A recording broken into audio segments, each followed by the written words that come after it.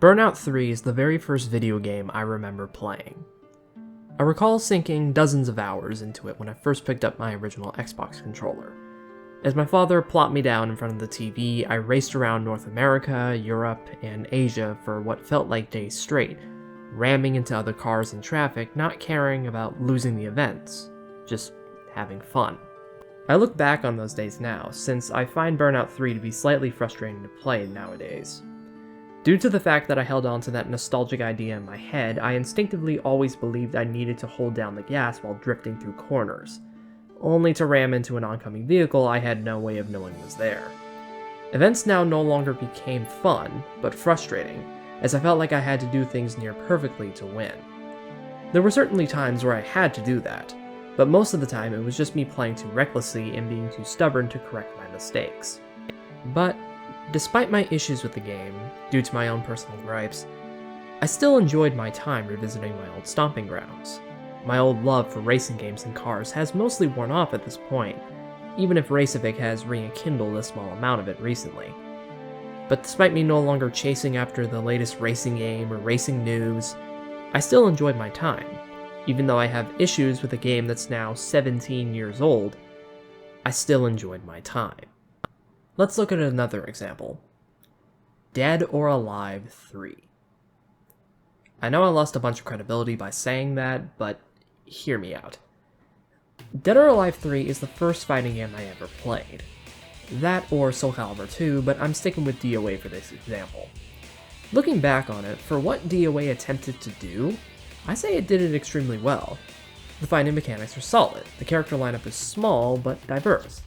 Stages are pretty cool and well designed, and I have always enjoyed the interactable environments that were present in these games, even if they caused cheap deaths and losses on occasion. But that didn't stop me from having so much fun crushing opponents as Tina.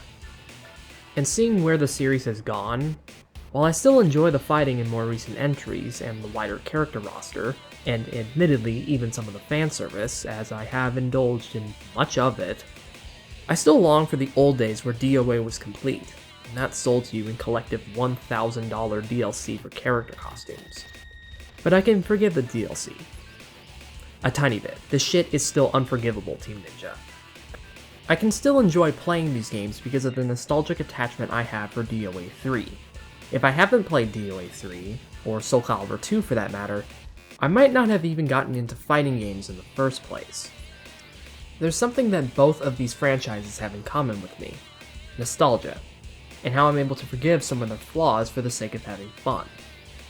Which is something that a lot of people nowadays can't seem to wrap their heads around. It seems to be a common practice nowadays to look at a fondly remembered game from the early 2000s or late 1990s and pick apart its flaws to see it's no longer a masterpiece. While I'm not entirely guilty of this, I do have my soft spots that I haven't completely talked about, and there are some things that I refuse to analyze at the moment because I can't separate my feelings from a neutral analysis. Take Ocarina of Time, for example, widely considered by many people who played it as the greatest game of all time. Definitively, no opinions can overrule that. Fast forward into the 2010s, and you see numerous people on the internet denouncing this game for being a relic of its time, and how we should no longer look at it as this godlike video game that is the holy grail of game design. Yes, it's good that we hold games to the standard set now, but is it wrong to accept games for what they mean to us, for the experiences ingrained in our memories and childhoods as things we will never forget? It seems wrong nowadays to do that in our current modern age, and it's honestly disappointing to me. Because, you know what? People are allowed to love what they want. I learned that lesson a long time ago when I started getting into other communities aside from the games that I played.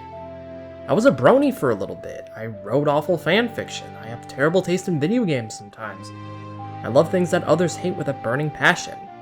Something that happened when the era of social media and the internet exploded was, well, you have to have a general consensus on something.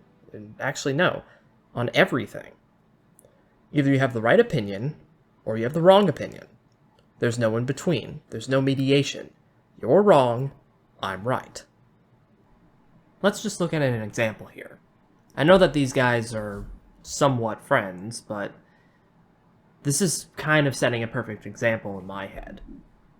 I think that Makoto is the worst romance option in the game conclusively, not just from a taste perspective, but from a moral perspective as well.